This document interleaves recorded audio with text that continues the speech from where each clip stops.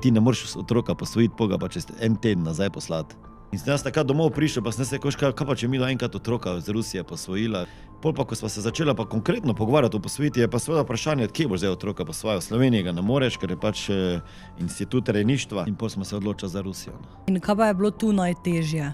Verjetno vsa ta papirologija, čez milijon ljudi, ali je bilo še kaj? Lahko tudi poveš glede cen, koliko ta proces približno stane? Mislim, da smo bila 4-krat pri psihiatri. Vse so naj spraševali. Kaj pa če bo ta otrok bolan?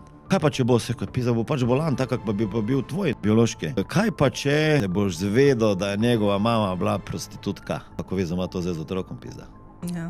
Kaj pa če bi zvedel, da je ata bil serijski morilec? Sta povedala svojim staršem, da bosta posvojila. Kaj pa kolegom, ko bosta povedala, kakva bo reakcija, po moje dobra. Kaj pa če ne bo?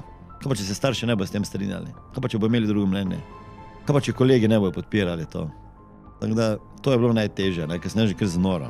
Po prvem zaslišanju sem rekel, pa ne jebite več, dajte mi tega otroka, pa podpišite, tle se zajebavamo, 9 let, kaj zdaj? Ona pravi, dajte se malo umiri, boste še prišli naslednjič. Sem rekel, kaj naslednjič? Ja, nižji konc, ne, še 4-krat. Da si sploh prišel do otroka, je bilo 1000 €.